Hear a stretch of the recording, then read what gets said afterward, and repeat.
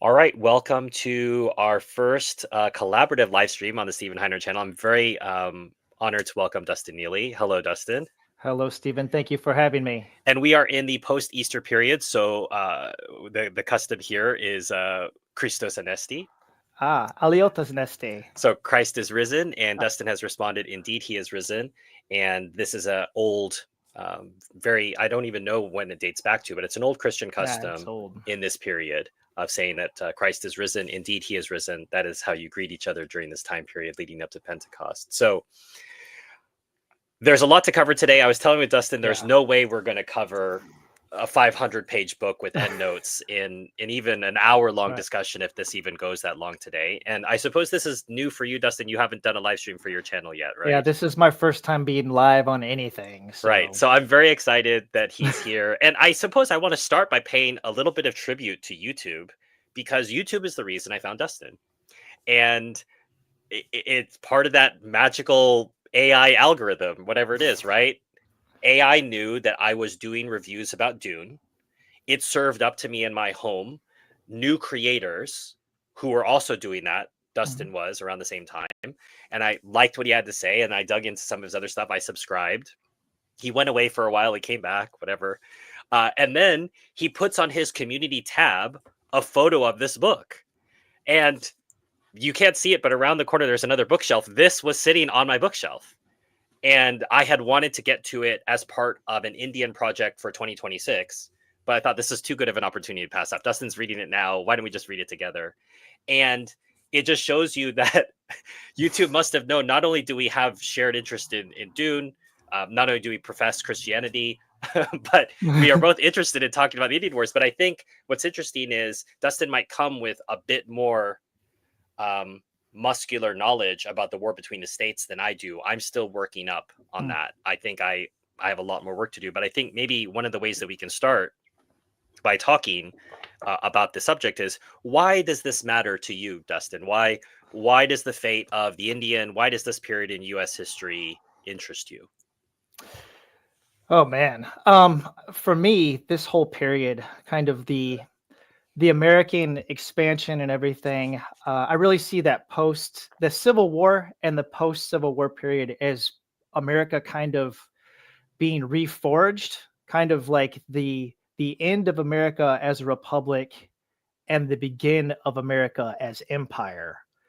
And that's really kind of like when I see all this stuff going on in government and the continued wars that we have, American influence in the world. I really trace it kind of all back to this period, like the Civil War period, and then the period directly after that, kind of like the Spanish American War, kind of being like the real transfer to America moving outward into the global, sphere. And it's still happening to this day and hour, right? Correct. Yes.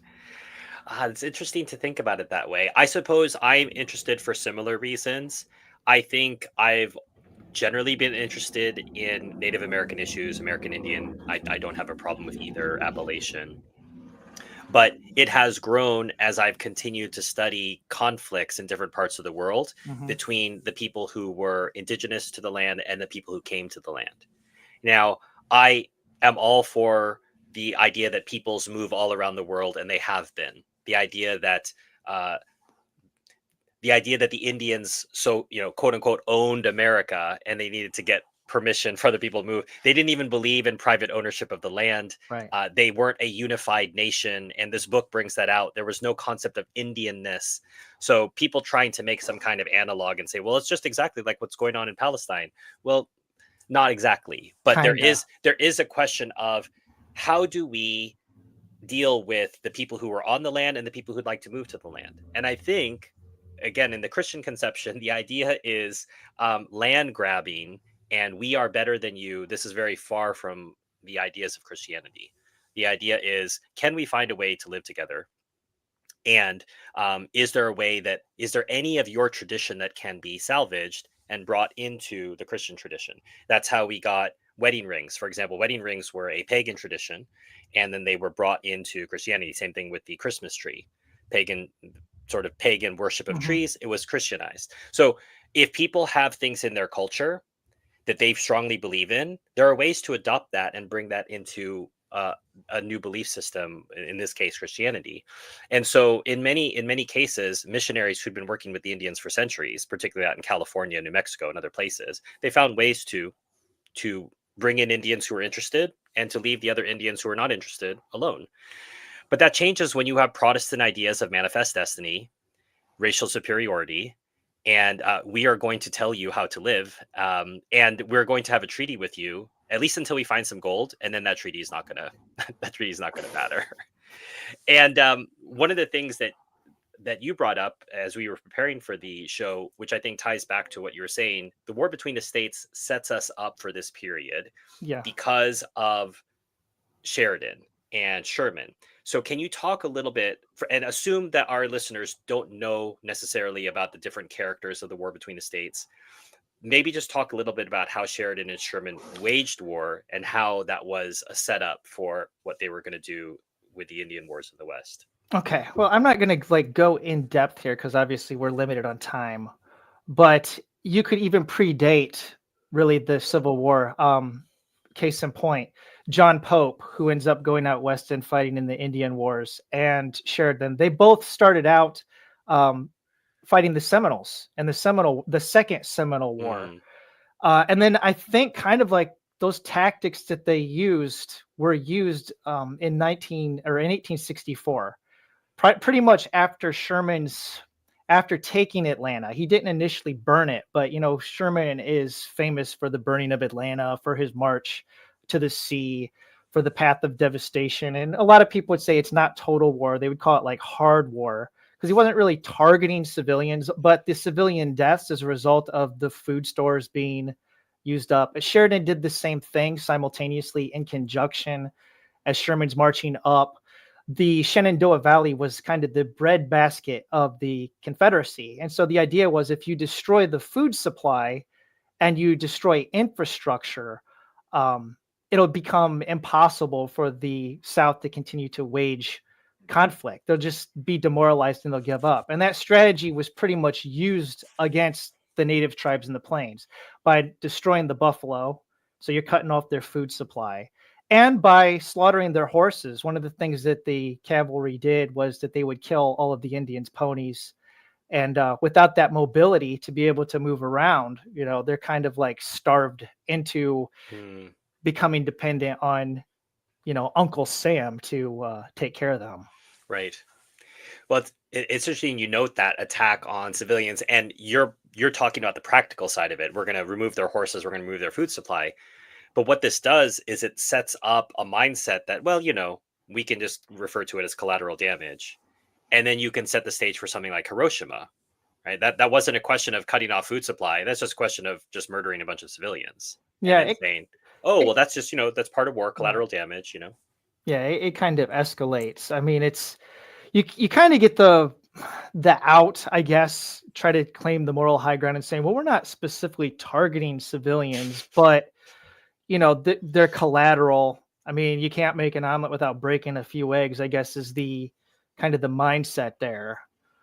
But Well, that yeah, leads to the president lately posting a video on social media of a bunch of Yemeni getting killed, yeah, bragging about, oh, they were in a religious ceremony. They weren't plotting to take over the United States. And then I think it was deleted or whatever. He didn't want to, but that's where we are now. And right, I think it traces to actions like that.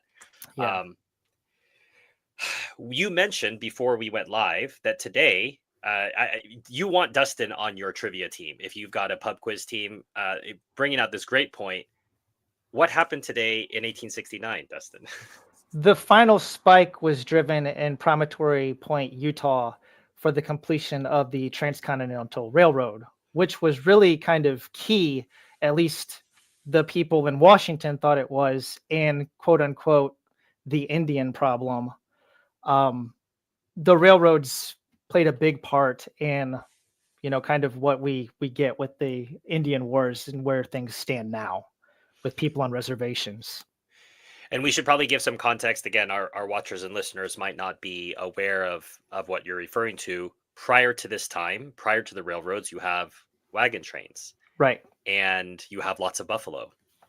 And what the railroad allows people to do is to shoot a lot more buffalo and to bypass the wagon trains. So I may not be killed out on the prairie.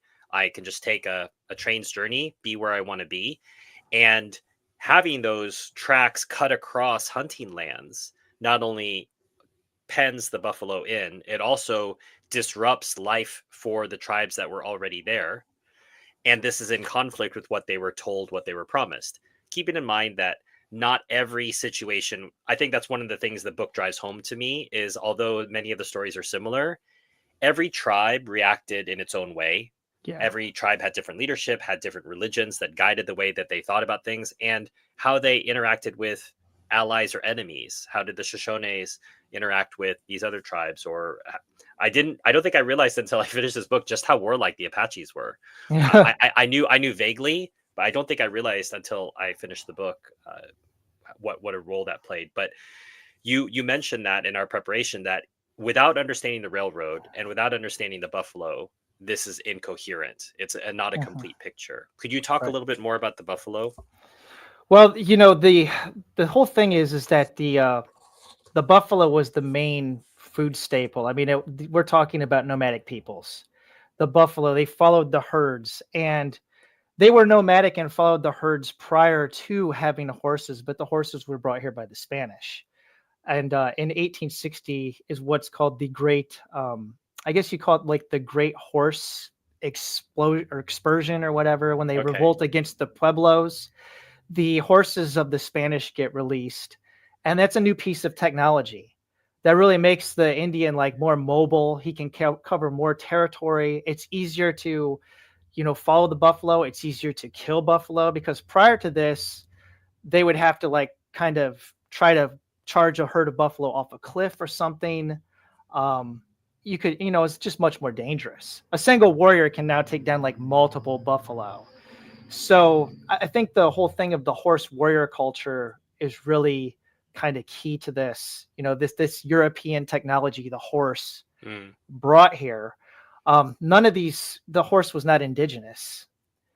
So but you're talking like by the middle, by like kind of the period we're talking about here, all of these people have become horse warrior cultures. So I mean and they got everything from the buffalo, the clothing that they wear, tools, Medicine. medicine, you name it. I And mean, it was there was yeah, religion tied to it as well. There was a yeah, sort of homage to the brother spirits of the buffalo, and that they were one with the earth. This idea of I don't want to get too right, Lion Kingy circle of life Simba, but that was this idea was we're the they come along, we don't want to waste anything. I think yeah, that's something that was very key is we're not just going to shoot for sport. That to them was a crazy idea. right. We're going to use every single part of the buffalo, and it's amazing to see the utility. Uh, you know, call them primitive peoples, and then take a look at what they were doing with the buffalo. Well, there's kind Um, of your Dune connection there because it's almost like the worms, like the spice and kind of there's always a kind of dude connection to be yeah, had. kind of building this like religion almost around the buffalo, kind of the same way that Frank Herbert, takes and has these Fremen, building Shai Halud, the worms, into the Mm, culture. I think he probably took some of this maybe from, Native American inspiration. He had a lot of inspiration from multiple sources going into that. So yeah. yeah. I did not have Dune on my bingo card today, but thank you for bringing that in. I think that's a great point that you make. Um, have you been to any of the battle sites? I think one of the things that has helped me in this book has having been to. So I've been to Little Bighorn, and I remember being touched in a particular way that one of the park rangers, well, several of the park rangers were descendants of people who fought at Little Bighorn, Yeah. and I felt a bit of a chill when they were telling me the stories that they had been told by their parents, who had been told by their parents, etc. So their tribal oral history was then being passed down to me. Okay. Hearing it there on the battlefield, I couldn't believe it. But going out onto the battlefield, I think you'll find this even with if you go to Sharpsburg or if you've been to Manassas, it's hard sometimes really to visualize what's going on across all this space. But at Little Bighorn, you have this ravine, you Right. have these plains, and when you go out on the battlefield after you've taken notes on what happened and you try to visualize, okay, they would have been coming this way. the a lot of times what the book drives home to me is how chaotic a lot of these engagements were. And a scout moves too early, some rocks come down the ravine that signals that there's an attack coming, or there's snow, or some young brave wants to prove his worth, and so he kills somebody early. That so many of these battles and interactions have an element of chance, of something unfortunate happening that drives the entire engagement. Dustin had warned me prior to us going live that his internet was not entirely reliable, so he may be frozen at the moment. While I wait for him to come back, I will talk about the technology of the repeating rifle, because prior to that time, Dustin had rightfully noted that the horse was an augmentation to the type of fighting and the type of hunting that the Indians did. We'll add a repeating rifle into that, and you have something like what you may have seen if you've ever seen the movie Dances with Wolves, where they simulate a buffalo hunt, and I think that's quite realistic. Prior to that, however, there was still a great um, uh, utility in the bow and arrow. So with the bow and arrow, there are instances the book points out of an arrow going all the way through someone's head and then being stuck into the wood in such a strong manner that the skull was stuck in there. So they had found ways to put velocity into their arrows, and they are able to shoot so quickly. I remember, at least in one of these occasions, 165 arrows in one body. So not only do you have deadliness in terms of penetration, but accuracy and frequency. So how quickly are they firing from the bow and arrow? Obviously, the rifle is an upgrade to this, but in such a way that they are still able to use what they were doing with bow and arrow. They're able to just easily switch over and now start using a rifle. The movements are very similar, I would think. So I think Dustin will come back soon, but I will continue on in the meantime. I want to build on what he had mentioned about the railroads. So why are there settlers on railroads? Why are there people heading out west? It has always been part of the conception of America to come, find some land, build something for yourself. But there is a restlessness in the American spirit that keeps moving them westward. And Alexis de Tocqueville notes this in 1830 when he writes Democracy in America. So America's been around about 5 minutes when Tocqueville writes this, and he notes he'll be somewhere in Ohio and he'll find a log cabin that's abandoned. Why? Because that family just had to keep moving west. That there is this restlessness. Now, it served as a steam valve because it meant that there wasn't a concentration in cities and people were able to keep moving west. But the problem is there are other people who live there. And the US treated these nations of Indians as sovereign nations. And I think that's how they should have been treated. They were peoples. During the time of this book, as we quote unquote progress, we see them then being converted to wards of the state, effectively homeless people that are dependent upon the government, which is quite a change from sovereign peoples who had treaties signed with the government with the terms forever in the treaties. Fort Laramie Treaty, and then I mentioned this in my live stream on Lakota Nation versus the United States, that the treaties are only honored as long as nobody wants to move into that land. The minute that white settlers, want to move into the land, either because the farmland is good or the natural resources are great, the land is beautiful, or there's gold, then the treaty doesn't mean anything, because there is an element of ethno superiority that, well, it doesn't really matter what the savages want. It only matters what we want, because God has given us this land. We have this manifest destiny to go from sea to shining sea. A strange Protestant mentality tied together with the gospel of wealth. God wants you to be rich, go out and do all these things. This is oddly enough not Christian. It's not Christian as a concept to displace peoples, particularly people who have less than you, have less means than you, have less intelligence than you. You're actually called to help them more, because you have more gifts. God didn't give you those gifts for you to oppress people who have fewer gifts than you are. You're called to support them, to be their brother, to be their sister. And so what we see in America is this craze, land grabbing Protestantism we woven into the religion of America, pushing all the way out to the West, expressed in one case, in this book in particularly, with the Indian War. So understanding manifest destiny and understanding that endless desire for land, which still goes to this present day. It seems America's run out of land to grab, and so they have to colonize the minds of everyone else, and everyone has to do everything America's way, or else you're going to get punished or sanctioned.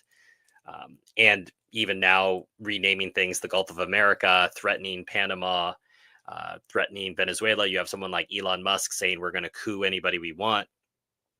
This spirit is still around. So it's not something that went away with history. Manifest destiny is still very much in the American mind, an entitlement to the land under some kind of divine mission. Um, Very strange. We'll pause for a second. There's been people coming in and out of the chat. If you have any questions so far, please feel free to put them in the chat. And Hello, about that. Dustin's technological issues have been Oh, wow. resolved. There's big snow on the prairie, and that cut off Dustin. That's what happens during the Indian Wars. You have natural disasters happen. I was vamping for a little bit, Dustin, while you were away. I was talking about manifest destiny, and I was Okay. also talking about the need. I don't think there's anything wrong with people wanting to homestead and go out and make a living for themselves. What's wrong is when you don't pay any respect to the people who are already there and try to live in peace with them, rather than to say, we're going to take all the prime farmland. You have to go live where there's just rocks, and then we're going to make you dependent on us. Not realizing fundamentally as humans, you can't remove the dignity of work from somebody. That's how humans, in one way, gain value in their lives and show that they're valuable, is by working. But then when you make them wards of the state and you make them come and get ration coupons and not allow them to do the thing that gave them everything, we're talking about the buffalo, it gave them exercise, it gave them purpose, it gave them religion, it gave them food, it gave them jewelry, it gave them wealth with which they could trade with other tribes. You take that all away and say, here's some ration coupons. I hope that works out for you. Clearly, this is going to be a bad policy. And what I find interesting in the book over and over is you get retired colonels, retired generals who become advocates for the Indians. Right. Because they saw the policy. They saw that the policy was bad. And what does that tell you? If you have retired people who were hired to fight the Indians turn around and say, no, I'm going to work on behalf of the Indians until I die, where the Lakotas weep over Crook's death towards the end of the book, that should tell you something about the justness or unjustness of U.S. policy towards the Indians. Yeah, well, I think you nailed something there, and it's the whole lack of representation. During the Grant administration, you read about Eli Parker and kind of his campaign to redefine the status of treaties so that they're no longer approved by Congress, that the Indians are reclassified as you said, wards of the state, and that the president then gets to negotiate directly with them. Well, unfortunately, that didn't work out so well for the Sioux.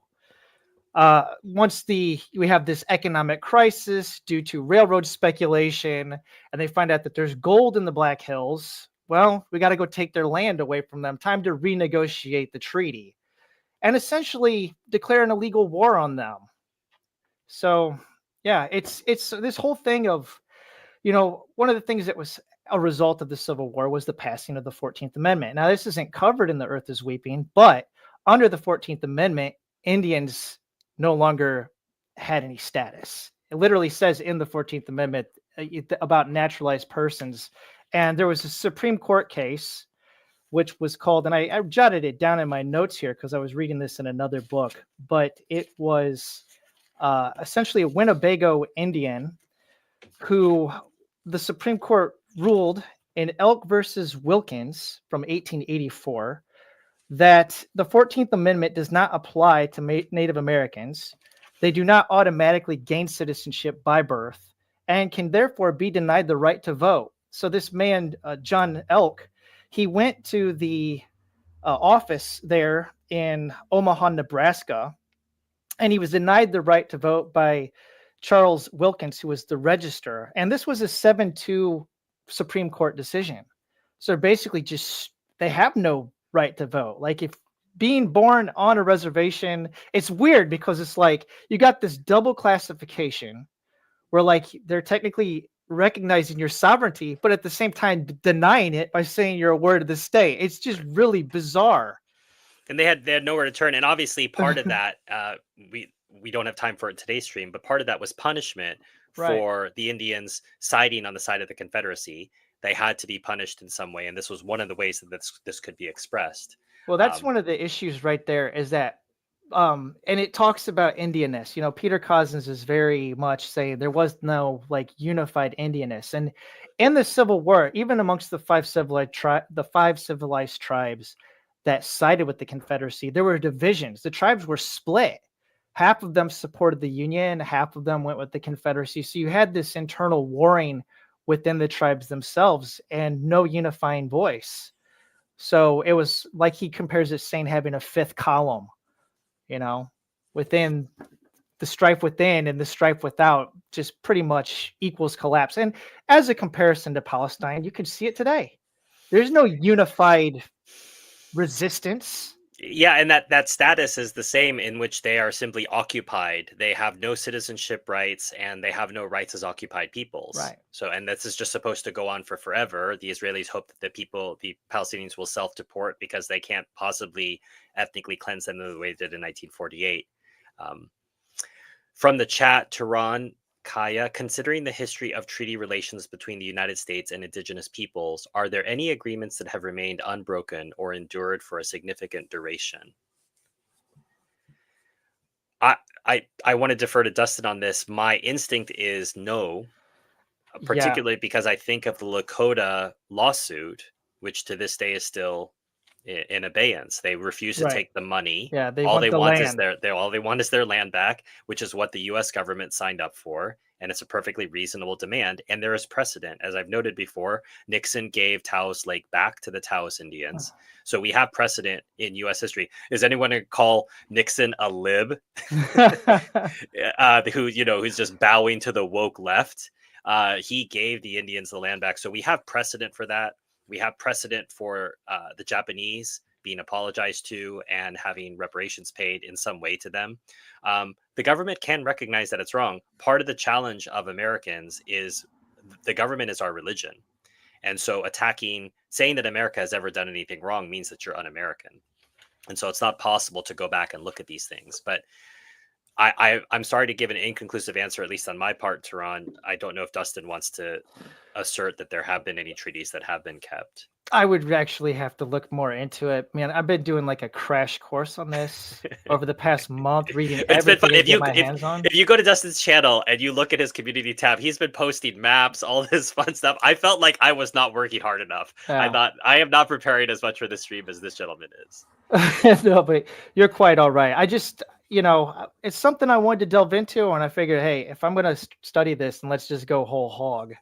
So one of the things that I was challenged about a bit, and I feel fairly challenged, was the narrative, because this happens at Little Bighorn, the idea that the Crows were fighting on the side of the whites and they are un-Indianed as a result, right? You can be unpersoned. And so there is a feeling, let's say now that there is more Indianness existing within the native consciousness in America, to call the Crows traitors, right? But the idea is, if it's about autonomy, different Indian tribes could choose to do different things. And in fact, it would be, in a sense, if you want to use, I hate using the term racist in this way, but it would be wrong to say the Crows have no agency to choose to go with the whites. If you want to go with the whites, you should be allowed to do that if that's what your tribe decided to do.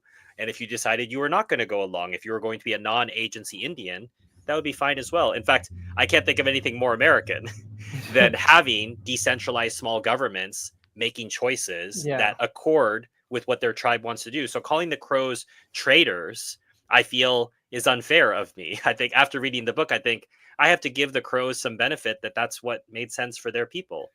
Did you probably didn't, but did you read Dee Brown's book, Bury My Heart at Wounded Knee? I have. Okay. So that's part of what Peter Cozzens was responding to, is that D. Brown calls them multiple times the Crow and the Pawnee mercenaries. Yeah, D They're, Brown's pretty hard on the yeah. Crow. So I thought it was interesting to go back and read that. And, it's, again, it goes back to the whole warrior culture thing.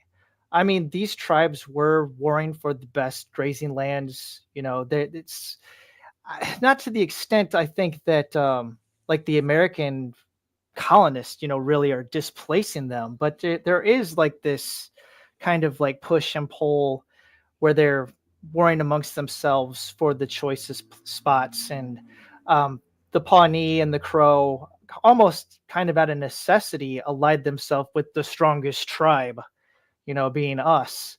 So it's really a complex topic, and that's why it's so hard for me to like kind of make sense of it all, because in a lot of ways I can sympathize with just your average ma and pa pioneer that are going out west. They're not really involved in this. Maybe they're escaping from violence in Europe or something. They come to here and they're going out west because of the Homestead Act, and hey, the Indians are mad because the government's broken another treaty, and they just get slaughtered as collateral as a result. Right.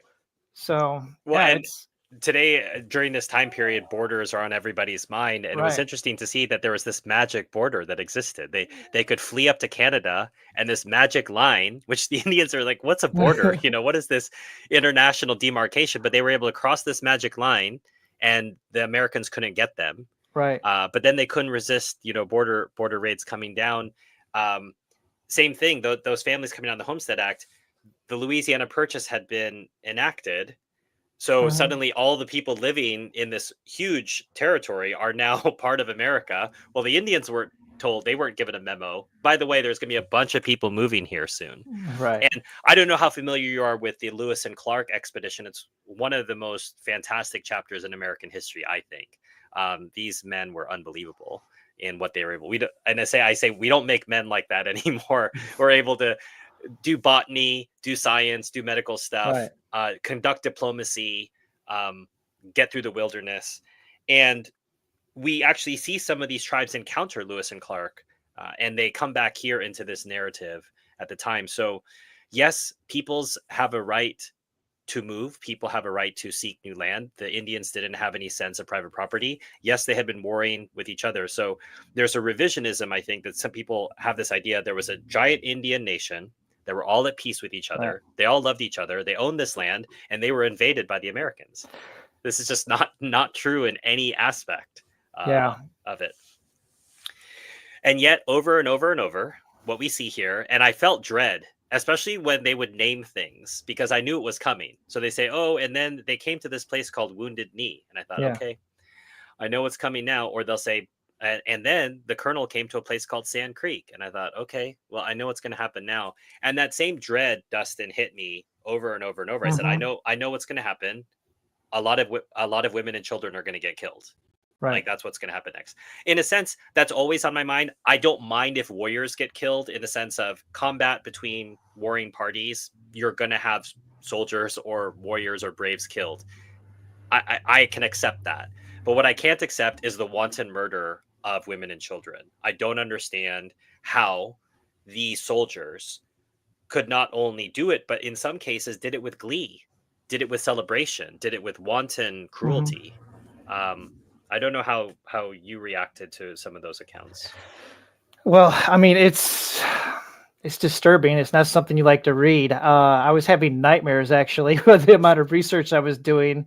That I was like, I'm pretty glad that I'm wrapping this up with Stephen, because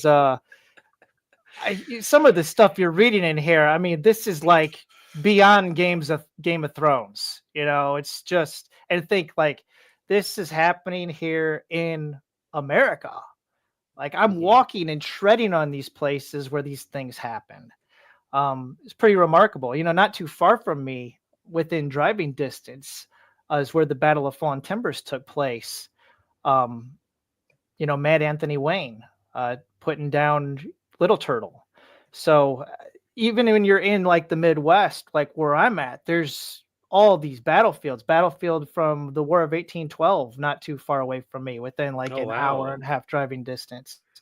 So it's just like you think that at one time, all these places, I mean, some of the Indian names are still around. Like where I grew up, like it was Pokagon State Park. It's Hmm. just like named after Pokagon and Potawatomi. And it's like, where are these people now? Where are they at? Right. It's fascinating that It's pretty in crazy. American. And then the Go ahead. Go ahead. role of disease as well. Oh, yeah. Have you read Guns, Germs and Steel by Jared Diamond?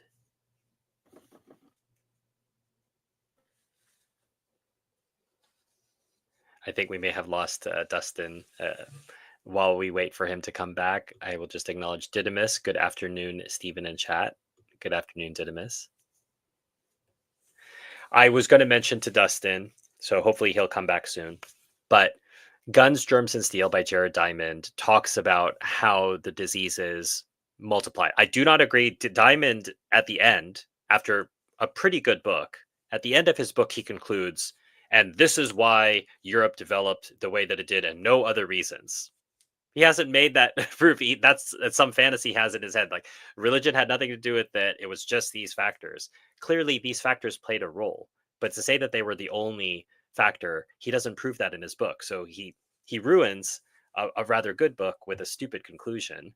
But you can just ignore the conclusion and benefit from the rest of what he said. And one of the things he noted was that because Europeans lived in proximity to cats, dogs, horses, ponies, there was more No, jump there's more no, jumping of diseases between the two, and so those diseases you're became more militarized, and they had developed an immunity in Europe to them. Not so in America. No horses, no dogs, no cats living in the same way that they did in Europe, and so when those diseases came, they decimated the population here in America who fine. were not used to living in the way that they did. Yes, unfortunately, we're having challenges with Dustin's internet connection. Thank you for your patience. Those of you who are watching, I know it's not Dustin's fault. It's not what he'd like, but that's the reality of things. Jared Diamond is trying to defend the influences of human biological differences for sure. Yeah, I think he obviously has an agenda. The agenda is Europeans aren't special, and let me tell you why. And there may be a case to be made for why Europeans aren't special, but it isn't from your book. Your book points out that there are biological factors, geography, that plays a major role. To say that geography has nothing to do with how peoples develop or how nations develop, that would be stupid. One of the things I appreciate about the book is how much it shows zebras are not like horses, hippos are not like cattle. There are reasons why the Africans were not able to leverage them in the same way that Europeans were able to do that. And there's a biological reason for that. But to then say, well, that's the only thing, and that nothing else had anything to do with anything, it's stupid. I was shocked when I remember reading the book and getting to that conclusion. And I just wrote question mark in the margin. Where did this come from? And obviously because he had an agenda. And the agenda is we can't possibly say that there's anything as like superior cultures or superior races. Not to say that there are or there aren't, but we can't even have that discussion, even when there's evidence for superior cultures and inferior cultures. Obviously, for example, the Aztec culture, a culture in which 13-year-old girls have their hearts taken out from their body while they're alive, that is an inferior culture. And anybody who doesn't want to admit that is just lying. There are inferior cultures, there are superior cultures, just as there is inferior art and superior art, inferior music and superior music. We live in a world of objective truths and objective realities, not a world of relativism. Um, Dustin, I'm crashed out. Dustin, if you want to continue on in the chat and share some things, I appreciate you trying. I apologize on behalf of your internet service. Didymus, everyone in the 19th century believed landscape and biology interacted to create distinct national characters. Yes, and remember too, we were measuring people's craniums and saying, check out how big your head is, and that tells us about your character. And if you have a small head, obviously you're suspicious and you have bad characters. And um, these are all deterministic ways to look at human nature. It's unfortunate. Well, I've lost my stream buddy, so I don't know if I can continue on. but I think I'll just say a few words and then wrap up, because I had noted to Dustin there was no way we were going to cover all of this anyway. But as a reminder, if you are coming into the chat now, please hit the like button. That helps alert people on the channel that there is a live stream going on, and it's a free way you can support the channel. So if you haven't hit the like button, please do. It's a long book, and it does, I think, assume you know a little bit about the history coming into this period with the war between the states, and you know a little bit about what comes after, because this is a period in American history. Is it required? No, I think you could still read this with benefit. And I wonder too, and maybe those in the chat can share, how much interest this has for people who are not from the United States, who are not particularly interested in the United States. This has particular interest to me because of the fact that I am an American, such that I would prioritize studying this as opposed to, let's say, native issues in Brazil or in Paraguay or in Sri Lanka. Not to say that I'm not interested, but I'm more interested in this because this is part of who I am as an American and part of our national history, some of it very shameful, and part of why I want to understand it better. Didymus, for those of us with both European and American Indian ancestry, this issue is a bit fraught. Thanks for tackling it. One of the things that we haven't covered up till now, and perhaps maybe what I'll end the stream with, is the personalities of the American Indians that we've come to know. And Dustin was alluding to this a little bit when we were talking about representation in American society. We have all of these Indian names within the counties. So he talked about there's a Pottawatomie County, Kansas, and I'm sure there's a Pottawatomie County, Iowa, or wherever it might be. There's Indian names everywhere. They're represented in our sports teams. Up until recently was the Redskins, and I think actually there's a lawsuit such that the Washington Redskins may actually return instead of the so-called Commanders. The Kansas City Chiefs, they're represented in sports. They're represented in the names of towns and cities and counties.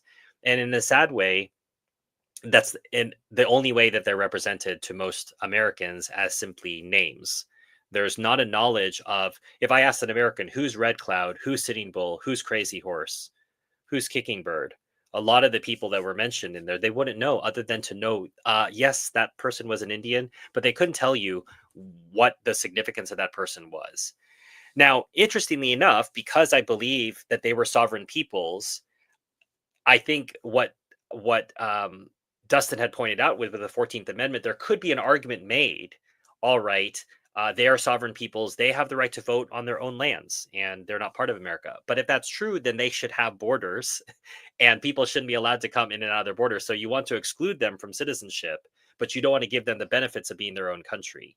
And so America wanted things for their, to benefit themselves, and there was never a sense of sharing. There was never a sense of respect. There was never a sense of treating people as equals. These are human beings. They have the same. They've been here for generations, and they deserve respect and dignity. And that was not thought that way. So I think one of the things that we can do in studying this is to learn more about people like Sitting Bull, Crazy Horse. There's a wonderful monument in North Dakota, South Dakota. Please correct me in the chat if I'm wrong, but I've been to this monument, and it's self-funded. They don't want to take any U.S. government funds for philosophical reasons. They don't want handouts from the government. They're building this with their own private contributions, and it's a wonderful, magnificent monument. Crazy Horse, interesting character. Same thing about Sitting Bull, complicated character. Dustin mentioned Bury My Heart at Wounded Knee, interesting book. I think HBO did a documentary, maybe not HBO, but on Bury My Heart at Wounded Knee, and you see some of those contradictions within Sitting Bull mentioned in that film series, docu-series, however you'd want to call it. Where does the idea of races and their inferiority come from? It always baffles me. Maxims, I don't know that I can trace it, but we do know that one of the people who's into this stuff are the Rockefellers. So Dustin is coming back now. You're probably going to lose me again. It's the Spectrum internet, man. I should have went and got a more stable connection. It's okay. It could be the U.S. Army lobby, right? They don't want this. They don't want this information getting out. And so they're blocking your internet. But Maximums had just mentioned this idea, where the idea of races and superiority or inferiority. Obviously, the eugenics movement brings this up more recently, and the eugenics movement comes a little later but some of it is contemporaneous. But with eugenics, you have superior and inferior races. And not only do you have that as a theory, you have that as government policy. We have to sterilize people.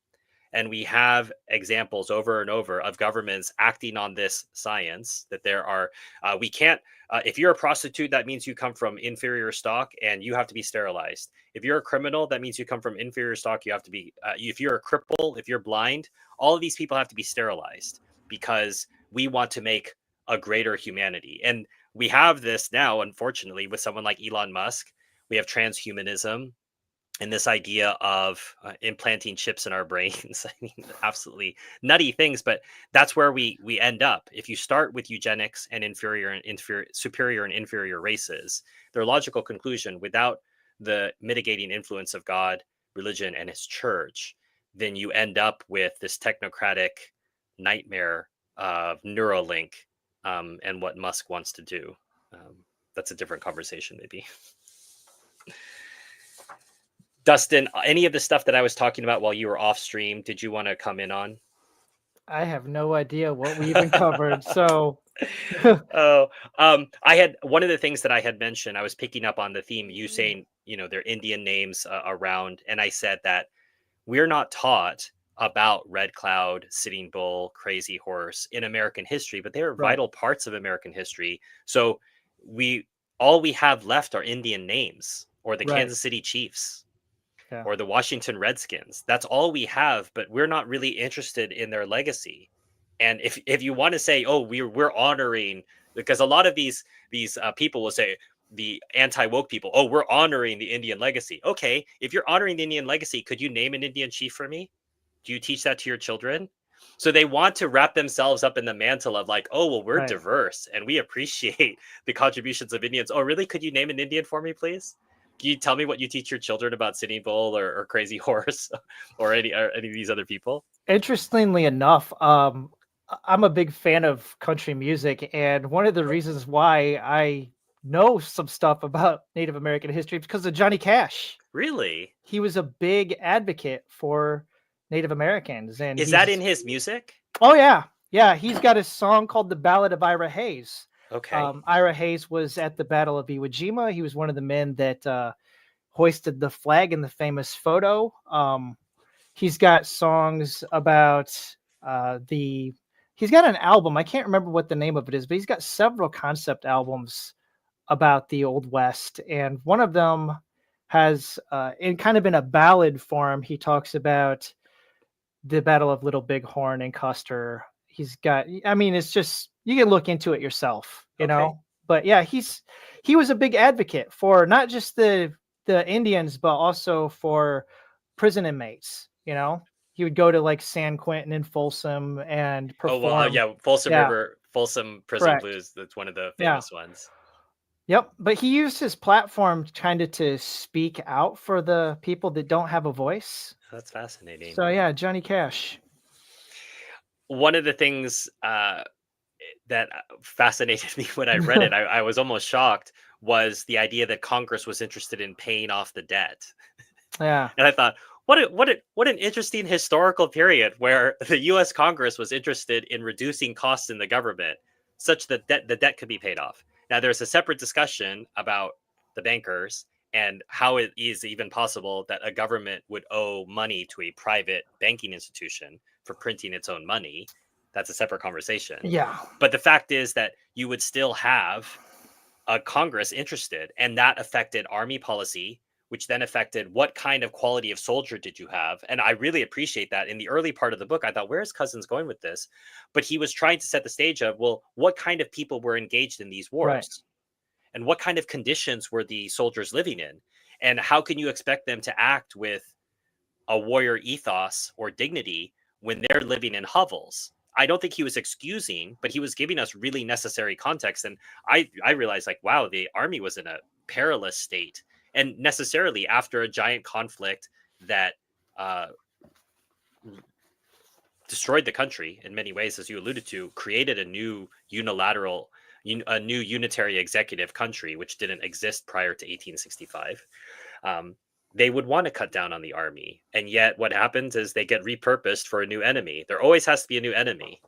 And those Indians, we're attacking them in Nebraska, so they don't attack us in New York.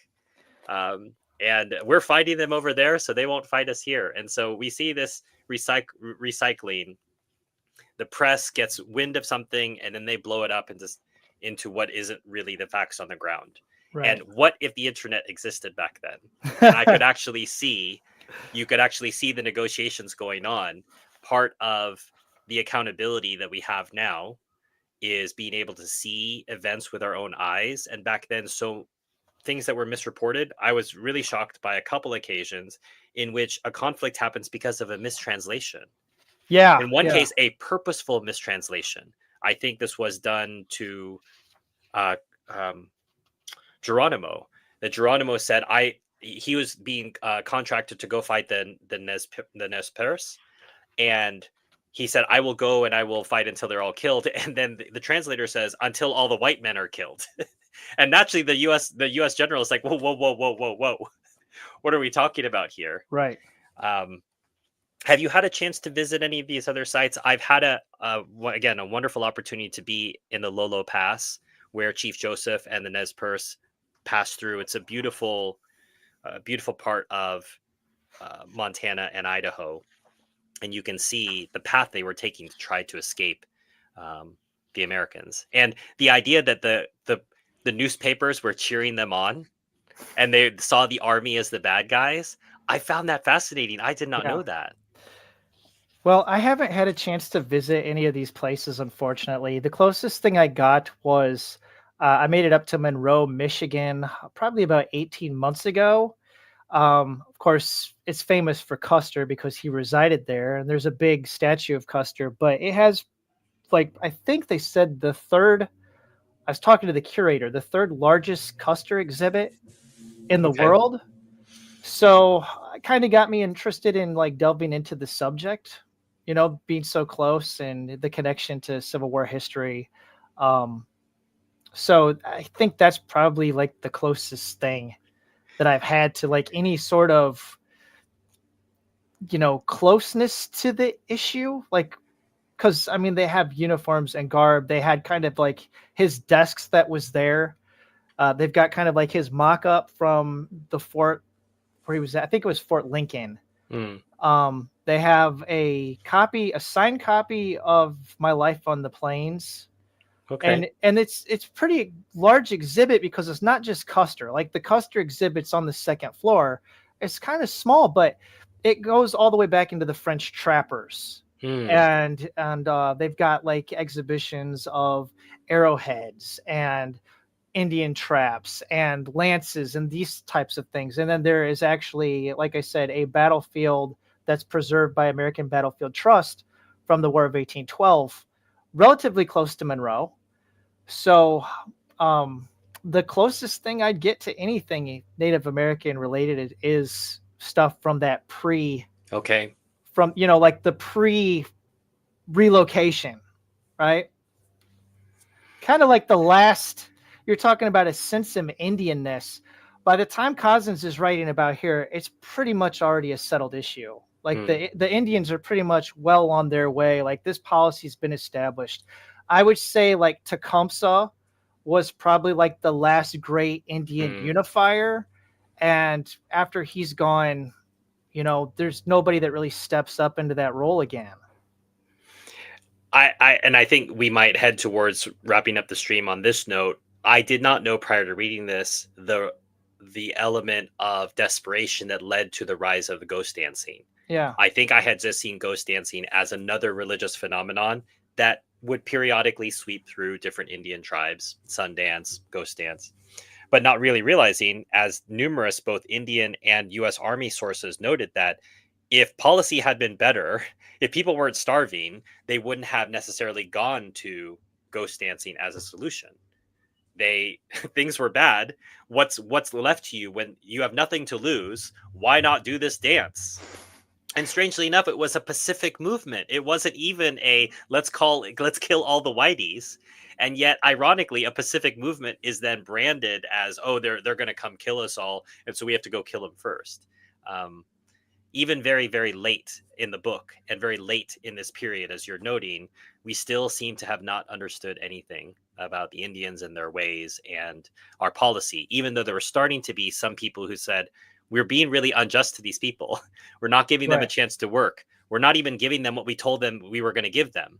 We said that we weren't going to cut their rations, and then we cut their rations by something like 2 million. Um, I was trying to remember what, like 2 million tons of beef, some crazy number. It's like, well, you can't cut a ration by that much and not think people are going to react to that. Yeah. Um, Yeah, there was a lot of corruption. Like I don't know if we actually hit on that at all. Grant did try to reform it by putting, taking the Indian agents that were in and replacing them with like Quakers and whatnot. But ultimately, he abandoned it. That policy kind of just got, what do they call it? The peace plan. right. It just Well, then got you get some it got horrible shuffled. you Yeah, got some horrible people, and I'm forgetting his name at the moment, but he precipitated a conflict with the Indians because of the way he treated them, and he was supposed to be one of these peace people as well.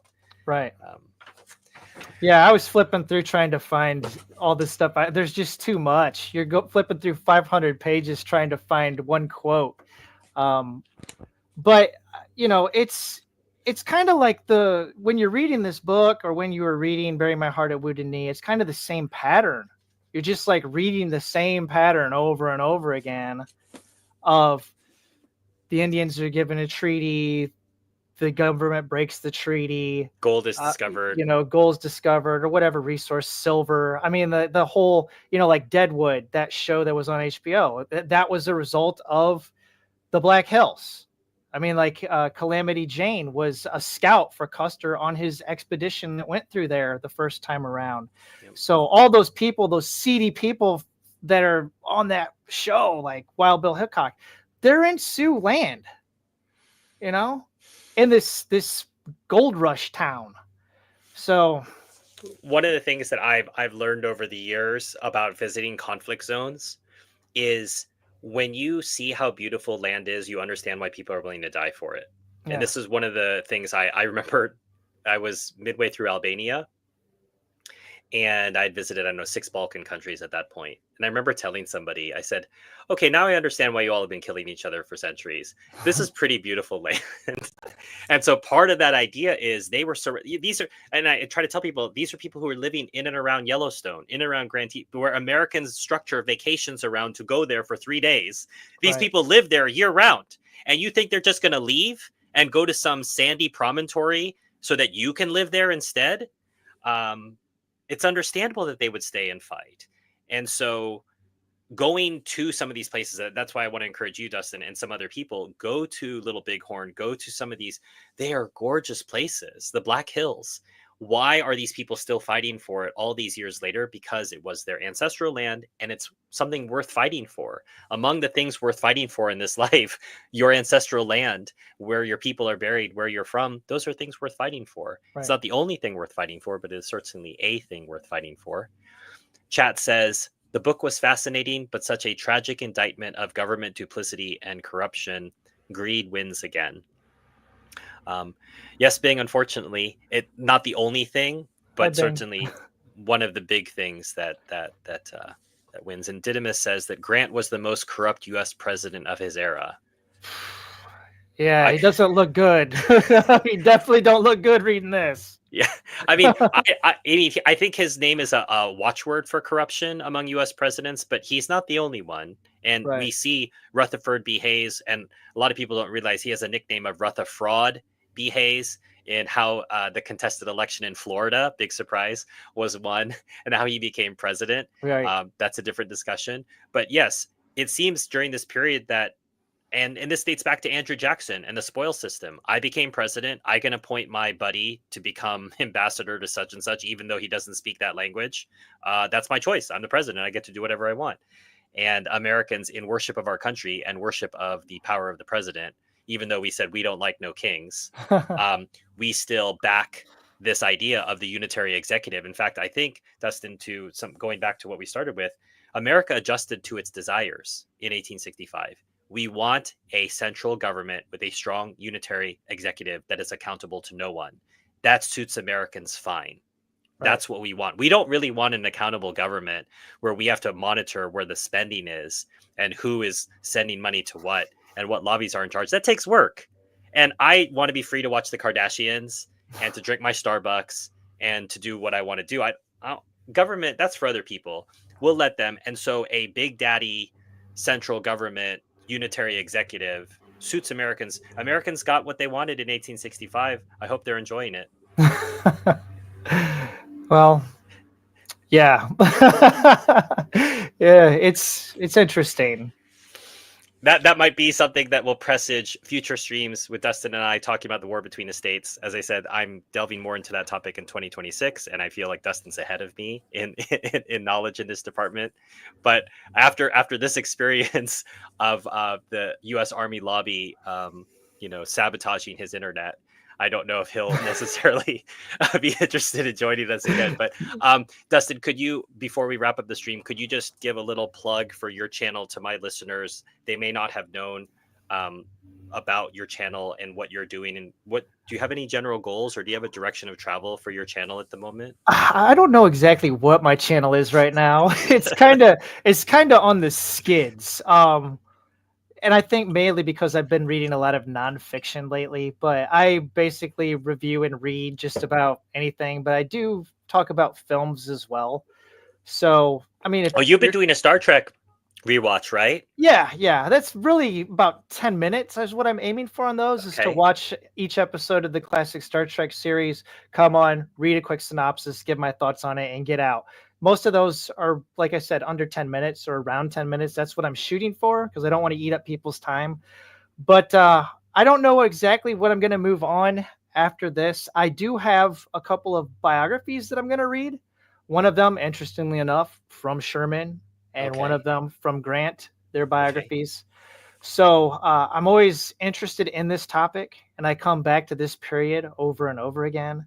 So this won't be at the end of it. And by the way, I just wanted to let you know, in case you weren't aware, Peter Cozzens, this was the first in a trilogy of books that he wrote. Yeah, I saw in the Yeah, beginning. he went back and he did a book on Tecumseh. I think it's called Tecumseh and the Prophet, if I'm not mistaken, who was his brother. And then he did one on Andrew Jackson and the Creek War.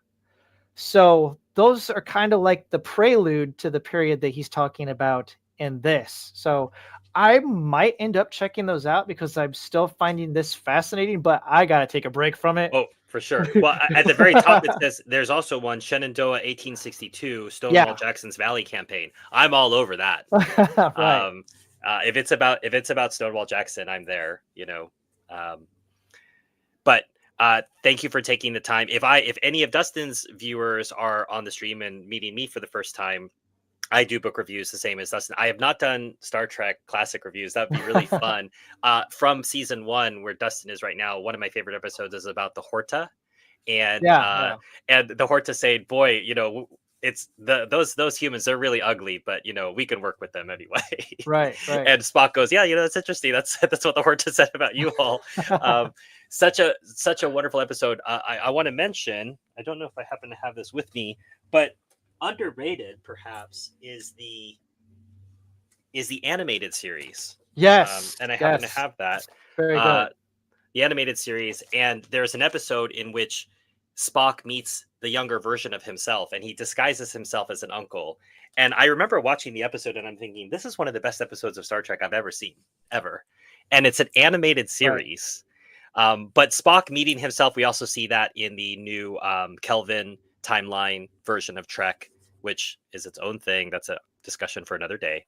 But watching that first season of Trek, it's fascinating to see just how revolutionary Roddenberry was. The idea that there would be, for example, an Asian woman in command, a serving line officer on television, or that Kirk had to report to a black superior officer. What Roddenberry was doing in the 60s, I could see how people would want to run him out of town back in that time period. And unfortunately, I think we've lost Dustin again right at the end of the stream. What a tragedy. All right. Well, Didymus, thanks for the stream. Gentlemen, well, Didymus, thank you for joining us. And I want to thank Dustin and his listeners, his watchers, potentially his subscribers coming over, checking us out. I hope people will go over and give Dustin's channel a check out. It's at Dustin Neely. You can see what he's doing there and encourage him in any works that you find interesting. And feel free to interact with him the same way that you do with me. Leave comments, questions. He's very responsive. He's always responded to comments and questions I've had for him. So I think we'll leave it there. Unfortunately, I still see Dustin's frozen. So thank you so much for joining us. And I can't commit for Dustin that we'll do another stream together in the future. I'm sure he's got plenty going on, but it was a fun experiment for me. I really enjoyed it, and I hope we can do it again in the future. And if Dustin agrees, then we'll make it happen. And feel free to put topics that you'd potentially like us to cover in the future in the comments if you're watching this on replay. Thanks again.